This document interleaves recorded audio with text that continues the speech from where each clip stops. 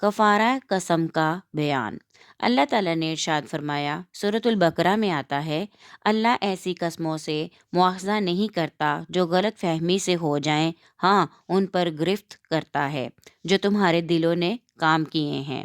سورۃ التحریم میں اللہ تعالیٰ کا ارشاد ہے، بے شک اللہ تعالیٰ نے تمہاری قسموں کا کفارہ مقرر کر رکھا ہے، اللہ ہی تمہارا مددگار ہے۔ ایک دوسری جگہ پر سورۃ المائدہ میں اللہ تعالیٰ کا ارشاد ہے، اللہ تعالیٰ تمہاری غلط فہمیوں کی قسموں پر تم سے مواخذہ نہیں کرتا، ہاں ان قسموں پر گرفت کرتا ہے جنہیں تم نے مضبوط کیا۔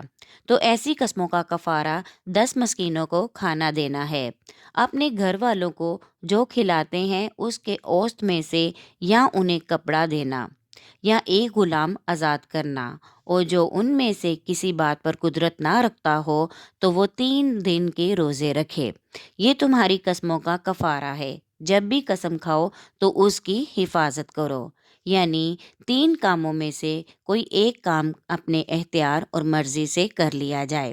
اول یہ کہ 10 مسکینوں کو 2 وقت صبح و شام کا کھانا کھلایا جائے۔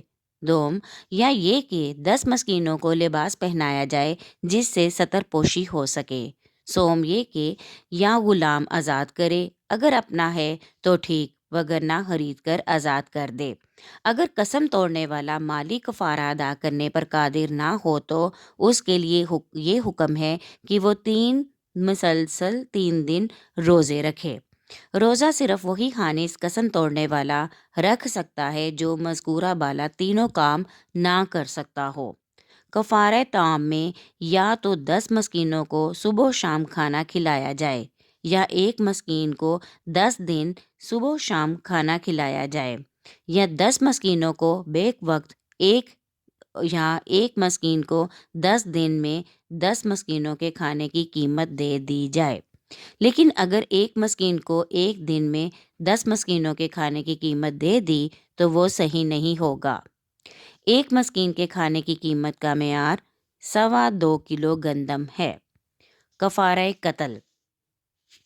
اسلام صلح و آشتی اور امن و امان والا دین ہے، جس نے انسانیت کو احسن زندگی گزارنے کا مکمل کانسٹیٹیوشن دیا ہے۔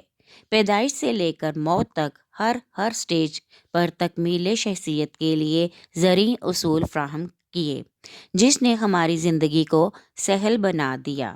حضور اکرم صلی اللہ علیہ وآلہ وسلم نے فرمایا، مسلمان کو گالی دینا فسق و فجور ہے اور اس کو قتل کرنا کفر ہے۔ ایک مسلمان کے ایمان کا تقاضا یہ بھی ہے کہ وہ مسلمان بھائی کو قتل تو درکنار اسے گالی بھی نہ دے۔ اگر ہم آج بھی اس حدیث پر عمل کر لیں تو یہ دنیا جنت کا نمونہ پیش کر سکتی ہے۔ ہزاروں بے گناہ جانیں بچ سکتی ہیں۔ اللہ تعالیٰ کے ہاں انسان کا یہ مقام و مرتبہ ہے، جس کو نبی اکرم صلی اللہ علیہ وآلہ وسلم نے یوں بیان فرمایا، پوری دنیا مٹ جائے، فنا ہو جائے، اس کے ختم ہونے سے زیادہ شدید ہے اللہ کے ہاں بے گناہ مومن کا قتل ہونا۔ اللہ تعالیٰ نے ارشاد فرمایا، سورۃ المائدہ میں آتا ہے، جس نے کسی انسان کو قتل کیا بغیر قصاص کے زمین میں فساد پھیلانے کے لیے تو اس نے گویا تمام انسانوں کو قتل کیا۔ کفارہ قتل کا قرآنی فیصلہ۔ قرآن مجید میں سورۃ النساء میں ارشاد باری تعالیٰ ہے، اور نہیں جائز کسی مومن کے لیے کہ قتل کرے کسی مومن کو مگر غلطی سے، اور جس نے قتل کیا کسی مومن کو غلطی سے تو اس کی سزا یہ ہے کہ آزاد کرے مسلمان غلام اور خون بہا ادا کرے مقتول کے گھر والوں کو، مگر یہ کہ وہ خود ہی خون بہا معاف کر دیں۔ پھر اگر وہ مقتول اس قوم سے جو دشمن ہے تمہاری، لیکن وہ مقتول خود مومن ہو تو قاتل آزاد کرے ایک مسلمان غلام، اور اگر مقتول اس قوم سے ہو کہ ہو چکا ہے تمہارے اور اس کے درمیان معاہدہ تو قاتل خون بہا دے دے اس کے گھر والوں کو اور آزاد کر دے ایک مسلمان غلام۔ تو جو شخص غلام نہ پا سکے تو وہ 2 ماہ کے لگاتار روزے رکھے، تو یہ اللہ کی طرف سے یہی مقدر ہے، اور اللہ تعالیٰ سب کچھ جاننے والا حکمت والا ہے۔ اس آیت میں اللہ تعالیٰ نے قتل کی 3 صورتیں اور اس کے احکام کا ذکر فرمایا ہے۔ پہلی صورت یہ ہے کہ اگر قتل خطا سے مرنے والا مسلمان ہے تو قاتل ایک مومن غلام آزاد کرے اور مقتول کے ورثہ کو دیت دے، اور دیت کی مقدار حضور اکرم صلی اللہ علیہ وآلہ وسلم کے ارشاد گرامی کے مطابق 100 اونٹ ہے۔ اگر 100 اونٹ ادا نہیں کر سکتا تو 100 اونٹوں کی قیمت کے برابر نقد رقم ادا کر دے۔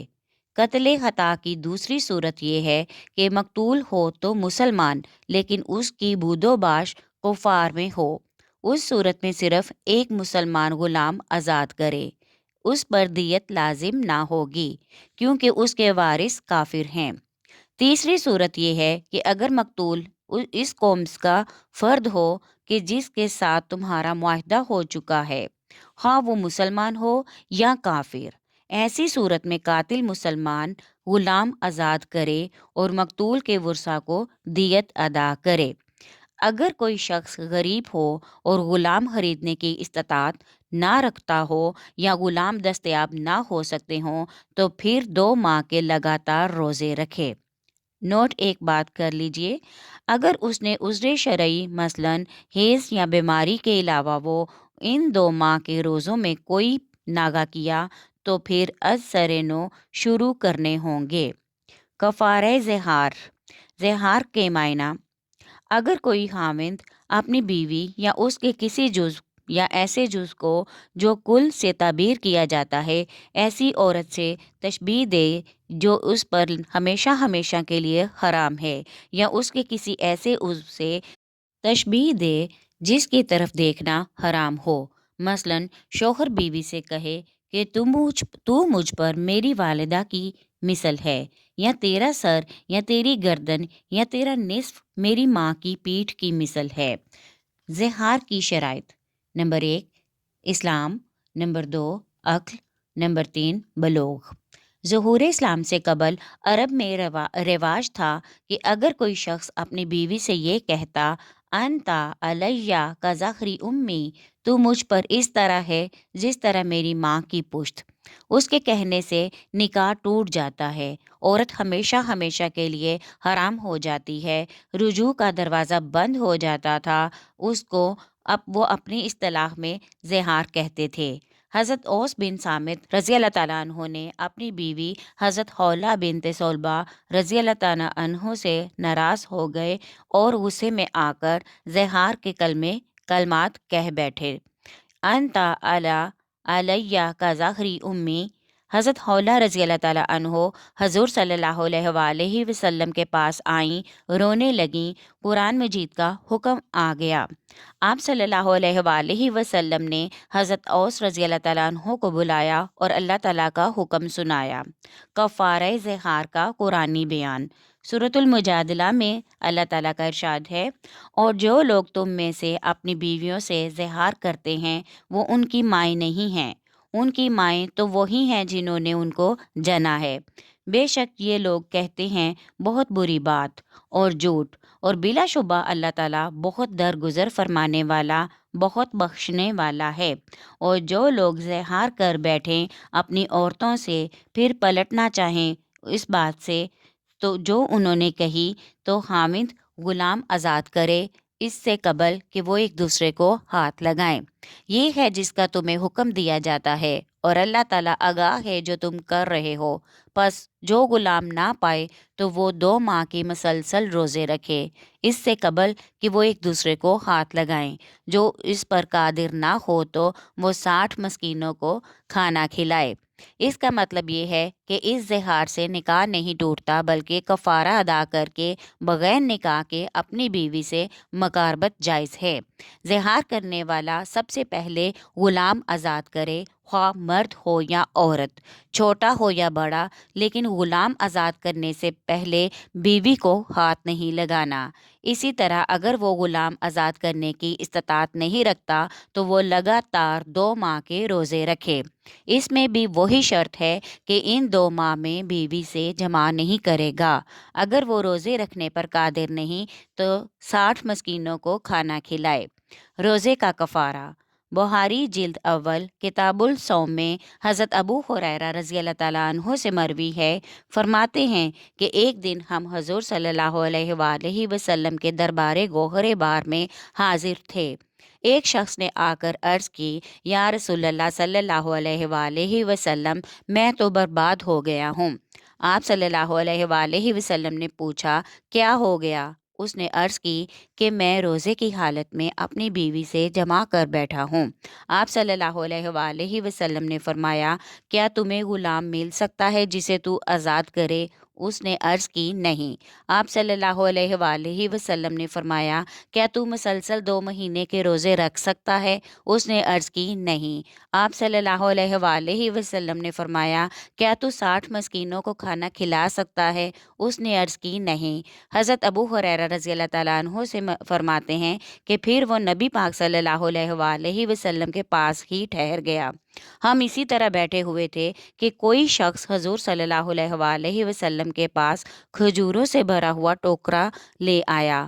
آپ صلی اللہ علیہ وآلہ وسلم نے فرمایا، این السائل، سائل کہاں ہے؟ اس نے عرض کی، میں حاضر ہوں یا رسول اللہ صلی اللہ علیہ وآلہ وسلم۔ آپ صلی اللہ علیہ وآلہ وسلم نے فرمایا، اسے لے لو اور خیرات کر دو۔ اس نے عرض کی، یا رسول اللہ صلی اللہ علیہ وآلہ وسلم، اپنے سے زیادہ محتاج و ضرورت مند کو خیرات دوں تو اللہ کی قسم، مدینہ منورہ کے دونوں سنگستانوں کے درمیان کوئی گھر میرے گھر سے زیادہ محتاج و حاجت مند نہیں ہے۔ یہ سن کر آپ صلی اللہ علیہ وآلہ وسلم ہنسنے لگے، یہاں تک کہ آپ صلی اللہ علیہ وآلہ وسلم کے دانت کھل گئے۔ پھر آپ صلی اللہ علیہ وآلہ وسلم نے فرمایا، اچھا، اسے اپنے ہی گھر والوں کو کھلا دو۔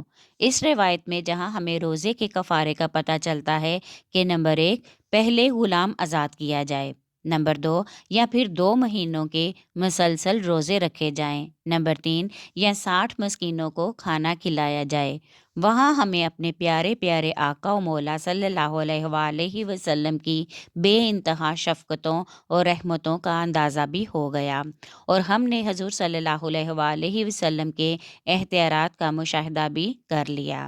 قانون خداوندی یہ نہیں کہ کفارے کا مال خود ہی کھا جاؤ، یہ تو خدا کی قسم حضور صلی اللہ علیہ وآلہ وسلم کی رحمت ہے کہ کبھی منگتوں کو خالی نہیں جانے دیا، ان کا تہی دامن ہمیشہ گوہر مراد سے بھر کر بھیجا۔ منگتے خالی ہاتھ نہ لوٹے، کتنی ملی خیرات نہ پوچھو۔ منگتے خالی ہاتھ نہ لوٹے، کتنی ملی خیرات نہ پوچھو، ان کا کرم پھر ان کا کرم ہے، ان کے کرم کی بات نہ پوچھو۔ شاید اسی لیے اللہ تعالیٰ نے حضور صلی اللہ علیہ وآلہ وسلم سے فرمایا تھا، میرے محبوب صلی اللہ علیہ وآلہ وسلم، جو سائل بھی آئے، جب بھی آئے، آ کے جو بھی مانگے اسے خالی نہ جانے دینا، ضرور خیرات عطا فرمانا۔ وَأَمَّا السَّائِلَ فَلَا تَنْهَرْ۔ امید ہے اس آڈیو کو سننے کے بعد آپ جان چکے ہوں گے کفارہ ادا کرنا واجب ہے۔ قرآن و حدیث کی روشنی میں آپ کے سامنے تفصیل بیان کر چکی ہوں۔ آڈیو پسند آئے تو لائک کریں، شیئر کریں اور کومنٹ میں اپنی رائے کا اظہار ضرور کریں، اور چینل کو سبسکرائب کرنا ہرگز نہ بھولیے گا۔ شکریہ۔